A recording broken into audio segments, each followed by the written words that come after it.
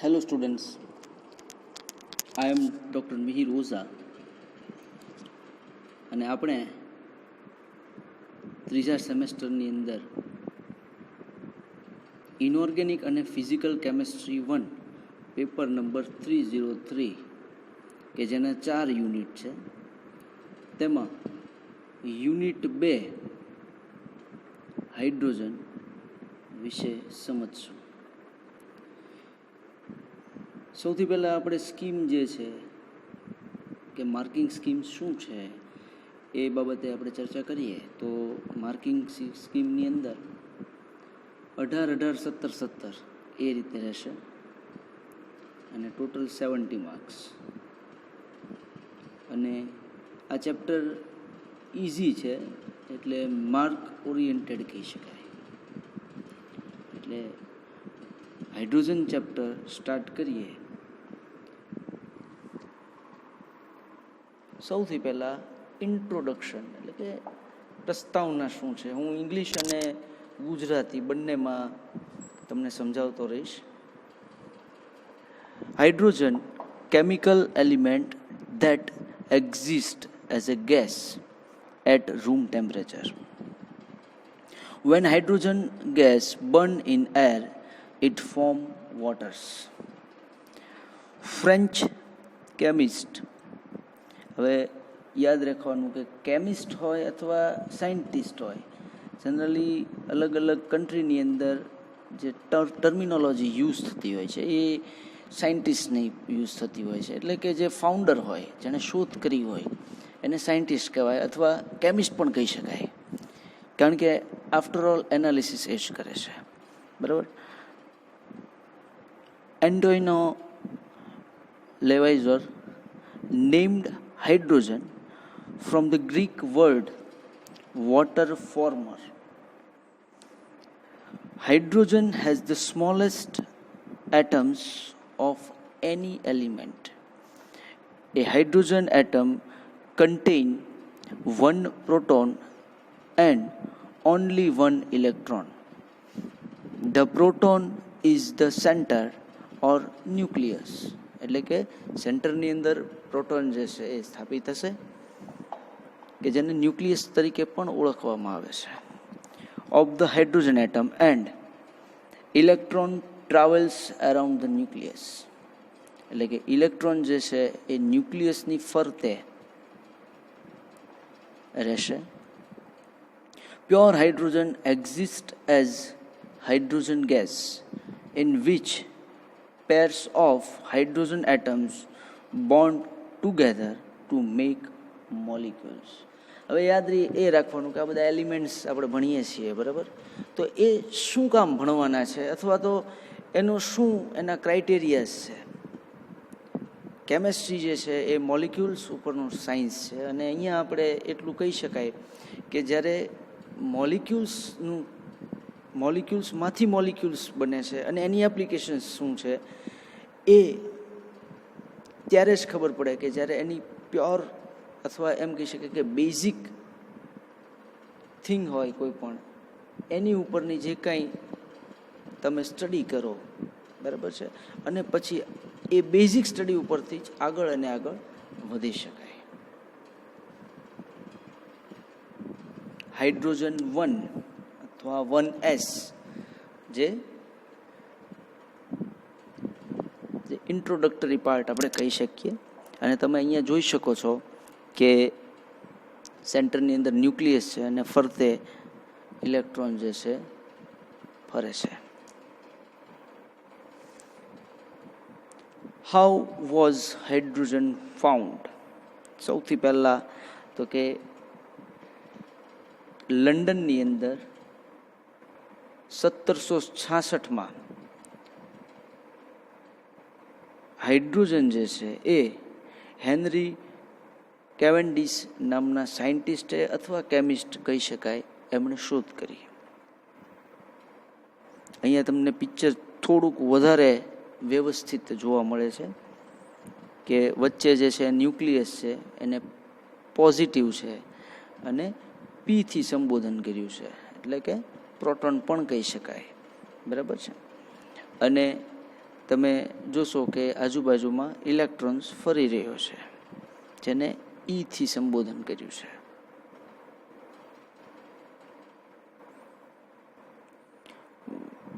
One proton 1 electron અને neutron છે 0. The hydrogen atom consisting proton in the center or nucleus of the hydrogen atom and electron traveling around the nucleus.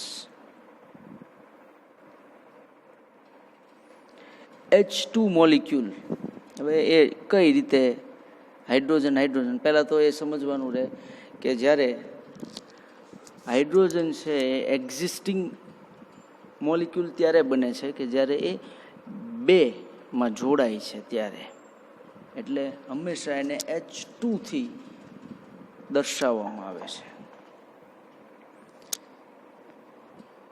Position in the periodic table, આ question જે છે most IMP question છે, પહેલાં note down કરી રાખવાનું અને 2 અથવા 3 માર્કમાં પૂછી શકાય. Hydrogen is the first element in the periodic table of the elements and represented by the symbol capital H. Hydrogen with only one proton is the simplest element. સૌથી simple સરળ છે.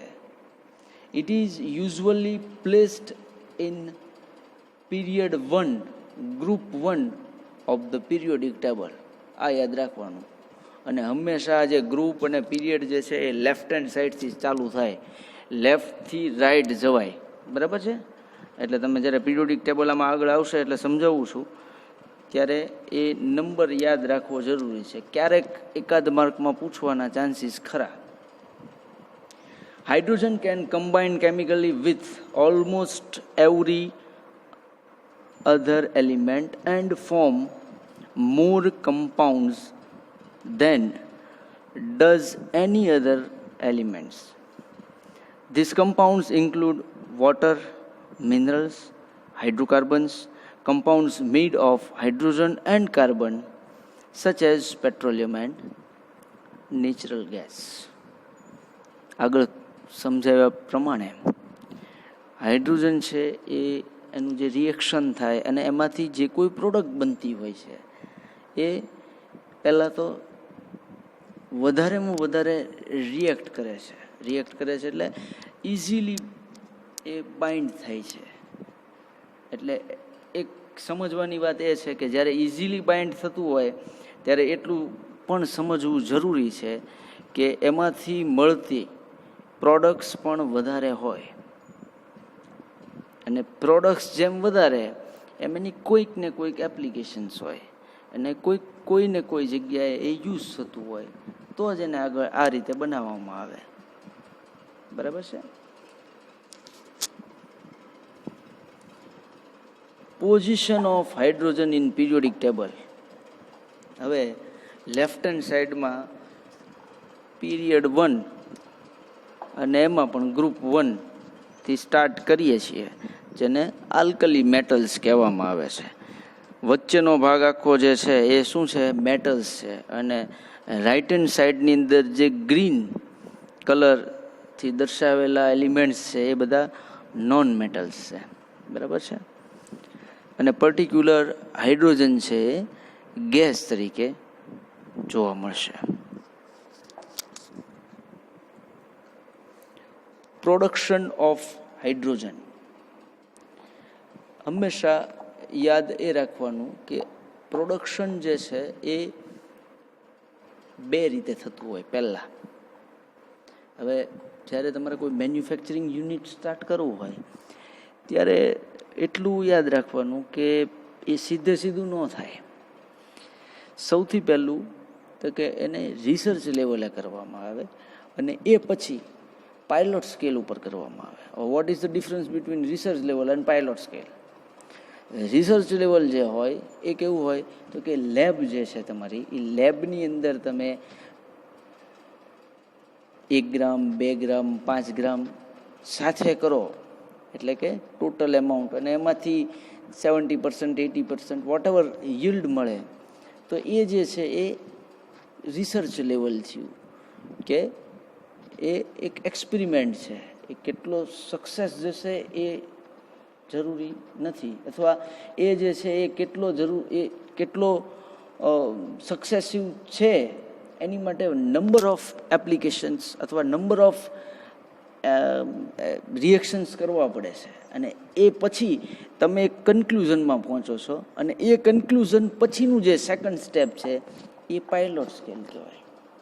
Pilot scale આવે એટલે એ કિલોમાં જાય, પેલું ગ્રામમાં, તો હવે કિલોમાં જાય. ધારો કે 5 કિલો, 10 કિલો, 20 કિલો, 50 કિલો, આવી રીતે પાયલોટ સ્કેલ ઉપર થાય. એટલે કે ઇન્ડસ્ટ્રીમાં જે પ્લાન્ટ્સ હોય એનું નાનું વર્ઝન એ પાયલોટ સ્કેલ કહેવાય, બરાબર છે. અને એ પછી ધીમે ધીમે પ્રોડક્શન ઉપર જાય, એટલે કે મેન્યુફેક્ચરિંગ ઉપર જાય. અને પાયલોટ સ્કેલમાં સક્સેસિવ રેશિયો જેટલો વધારે એટલું તમારી જે કોઈ પ્રોડક્ટ હોય એનું સક્સેસ રેટ એટલો વધારે.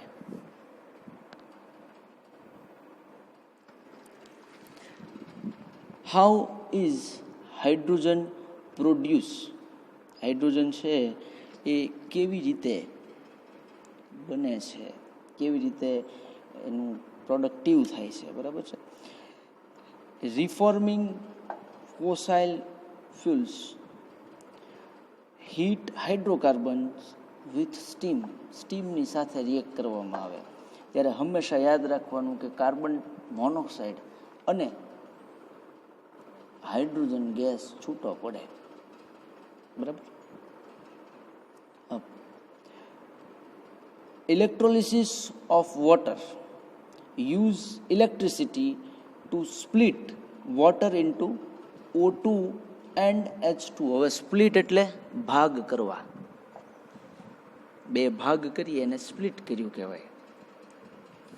તો ઇલેક્ટ્રિસિટીની મદદથી અહીંયા જે વોટર છે એને સ્પ્લિટ કરવામાં આવે છે, અને O2 અને H2 છૂટા પડે છે, અને એમાં H2 જે છે એ કઈ રીતે મેક્સિમમ પર્સન્ટેજ ઓફ yield મળે છે એ કહી શકાય. High temperature electrolysis biological processes very common in nature તમે જોશો તો એમાં બધી બાયોલોજિકલ પ્રોસેસ વધારે જોવા મળશે. એવી જ રીતે એક્સપેરિમેન્ટલ જે છે એ બધા ક્યાં થશે? તો એ બધા જ જે છે એ લેબોરેટરીમાં થશે. તમે જે પ્રેક્ટિકલ્સ કરો છો એ બધું શું છે? તો એ બધું જે છે એ લેબોરેટરી વર્ક તમારું કહેવાય, બરાબર છે. અને એની ઉપરથી તમારું માર્કિંગ થાય. તમારે જ્યારે ઇન્ડસ્ટ્રીમાં જવું હોય તો તમારું પ્રેક્ટિકલ વર્ક સારું હોય તો ત્યાં તમારી જે ગ્રેસ્પિંગ સ્પીડ હોય, તમે કેચઅપ કરવાની શક્તિ એને જેને કહી શકાય, એ ફટાફટ થઈ જાય, કે એક જ વાર સમજાવવામાં આવે અને તમે સારામાં સારું કામ કરી શકો. બીજું કહેવાનું એ કે તમે જેટલામાં તમે કોઈ આપણે એમ કહી શકાય કે કેવી રીતે પરફેક્ટ થવા માટે એક જ વસ્તુ છે કે તમે મેક્સિમમ યુઝ કરો લેબોરેટરીનો, કેમિકલ્સનો, ગ્લાસવેરનો. ઘણી વાર એવું હોય ગ્લાસવેર પકડો ત્યાં ખબર પડી જાય, ઇન્ડસ્ટ્રીમાં ઇન્ટરવ્યૂ દેવા ગયા ધારો કે સિલેક્ટ થઈ ગયા, થિયરિટિકલ બહુ સારો હોય તો ઇન્ટરવ્યૂમાં વાંધો ન આવે, પણ પ્રેક્ટિકલ કરે ત્યારે એકચ્યુઅલ ખબર પડે કે ભાઈએ કેટલું કામ કર્યું છે લેબમાં, બરાબર છે. એટલે પ્રેક્ટિકલ સેન્સ તમારી હોવી જોઈએ, કારણ કે એ કેમેસ્ટ્રી હોય કે માઇક્રોબાયોલોજી, આ બધા સબ્જેક્ટ એવા છે કે જેમાં આગળ જતાં લેબોરેટરીમાં કામ કરવાનું આવે. Steam reforming from any hydrocarbon natural gas typically used water, steam and hydrocarbon mixed at high temperature. Generally high temperature એટલે 500, 400, 500 ડિગ્રીથી વધારે હોય એને હાઈ ટેમ્પરેચરમાં કન્સિડર કરી શકાય. તો એ જે છે 700થી લઈ અને 1100 ડિગ્રી સેલ્સિયસ સેટ કરવામાં આવે છે. અને સ્ટીમ એટલે કે વોટર જે ફોર્મ જે છે એ વોટર ફોર્મ અહીંયા સ્ટીમ રૂપે હશે, એટલે રિએક્ટ વિથ મિથેન CH4, બરાબર છે. એટલે CH4 plus H2O gives CO, carbon monoxide, and 3 moles of H2, બરાબર છે. અને જે ઉર્જા છૂટી પડે છે એ છે એ -191.7 કિલોજૂલ પર mall. The thermodynamic efficiency comparable to an internal combustion engine. Difficult to motivate investment in technology. આ બધું કેવું છે કે તમારે એક પ્રોડક્ટ સેટ કરવી હોય તો એ ઇન્વેસ્ટમેન્ટ કહી શકાય એક જાતનું. એટલે કે તમારો ટાઈમ જાય, તમે જે કોઈ કેમિકલ્સ છે એ કેમિકલ્સનો યુઝ કરો, એને પરચેસ કરો, પછી એમાં સક્સેસ થશો કે નહીં એ પછીની વાત છે.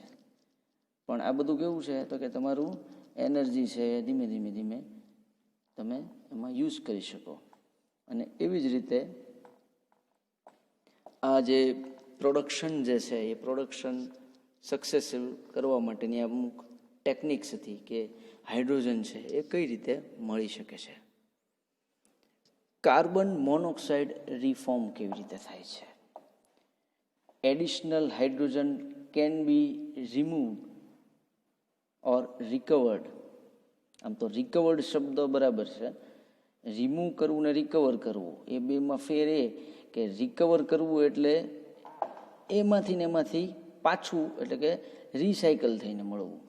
Using carbon monoxide low temperature 130 degree Celsius, water gas shift reaction જે છે એને કહી શકાય, બરાબર છે. એટલે કે CO plus H2O gives CO2 plus H2, અને અહીંયા જે છે એ +40 કિલોજૂલ પર mall. Oxygen atom stripped from steam oxidized the carbon liberates hydrogen bound to C and O2. Means અહીંયા જે છે એ તો કે કાર્બન મોનોક્સાઇડ જે છે એ કાર્બન જે છે એ કઈ રીતે તો કે એક નંબર ઓફ મોલ કહીએ આપણે તો એક, બરાબર છે. અને એવી જ રીતે કાર્બન O2 જે છે એ O2 અહીંયા 2, એટલે ઓક્સિજન પણ કેવો રહેશે તમારો એ પણ જેમ હાઇડ્રોજન જે છે એ ગેસ છે એટલે H2 2 ભેગા થઈને એક જે એક્ઝિસ્ટિંગ છે, એવી જ રીતે O2 પણ એ જ રીતે એક્ઝિસ્ટન્સ થાય. એટલે મીન્સ ખાલી O ન લખી શકાય, બરાબર છે. આ જે છે એ ફ્લોશીટ ડાયાગ્રામ પણ કહી શકાય. સ્ટીમ રિફોર્મિંગ, હાઇડ્રોજન સ્ટીમ રિફોર્મિંગ કઈ રીતે થઈ શકે એ માટે, બરાબર. તમે જોઈ શકો છો આમાં કે પ્રાઇમરી અને સેકન્ડરી રિફોર્મર ગોઠવેલા છે, બરાબર. અને જે આમાં તમે સ્ટીમ જે જનરેટ થાય છે એ સ્ટીમ ક્યાંથી થાય છે તો કે આમાં યલો પોર્શન જે આપેલો છે એ સ્ટીમ માટેનો છે, અને તમારો ગ્રીન જે છે એમાં એડ થાય છે, એટલે કે ગેસ પણ એડ થાય છે, એર પણ એડ થાય છે, બરાબર છે. અને કેવી રીતે તો કે ભાઈ આમાં પછી કેવું થાય કે બંનેમાંથી કમ્પ્લીટ થઈને રિએક્શન કમ્પ્લીટ થાય ત્યારે બોઇલરનો યુઝ કરીને કન્વર્ટરનો યુઝ થાય છે. અને એ કન્વર્ટર જે છે એ પણ આગળ જોઈએ તો એબ્ઝોર્બ કરી લે, એટલે કે અમુક CO2 છે તો CO2 ને એબ્ઝોર્બ કરી લે, અને એ પછી જે મળે એ એમોનિયામાં કન્વર્ટર તરીકે આવે છે. આ અમુક ઇન્ડસ્ટ્રીના પીક મૂકેલા છે, બરાબર છે. પ્લાન્ટ્સ જે છે એમાંથી, અને એક બહુ સરસ ઇન્ડસ્ટ્રી આમાં ગોઠવેલી છે, બરાબર. તમે જે કદાચ આપણે કહી શકાય કે તમે નિરમાનો પ્લાન્ટ જોયો હોય અથવા રિલાયન્સનો પ્લાન્ટ જોયો હોય તો આમાં તમને ખ્યાલ જ ન આવે કે આ જે પેનલ છે ક્યાંથી ક્યાં જાય છે, બરાબર છે. પણ એકચ્યુઅલમાં તમે ફ્લોશીટ પહેલાં બનાવી હોય ને ફ્લોશીટને પ્રોપર ફોલો કરો તો એ વસ્તુ પોસિબલ રહે. ઇલેક્ટ્રોલિસિસ ઓફ વોટર H2O, બરાબર. ઓક્સિજન O2 અને હાઇડ્રોજન H2. હવે એ બે જે છે એ શેમાં તો કે એક બીકરની અંદર ગોઠવેલા છે, બરાબર છે. અને એ ટેસ્ટ ટ્યુબ એમાં ડીપ કરેલી છે. એનોડ અને કેથોડ આપી દીધા છે અને એનોડ અને કેથોડની સાથે તમે ત્યાં અંદર જોશો તો બેટરી પણ ગોઠવેલી છે 6 વોલ્ટની, બરાબર. એટલે આયન્સ છે મૂવ થશે જેવું બેટરી સાથે કનેક્ટ હોય. એટલે કેથોડ અને એનોડ એટલે H2 નેગેટિવ ને O2 જે છે એ પ્લસ. એટલે તમે વોટર જે છે એમાં એ રીતે પોસિબિલિટી રહે. રિન્યુએબલ એનર્જી ફોર ઇલેક્ટ્રોલિસિસ એટલે કે તમને નેચરની અંદર જે સોર્સ હોય એ સોર્સ બેઝ એનર્જી પ્રાપ્ત થાય એ બધી રિન્યુએબલ કહેવાય, બરાબર છે.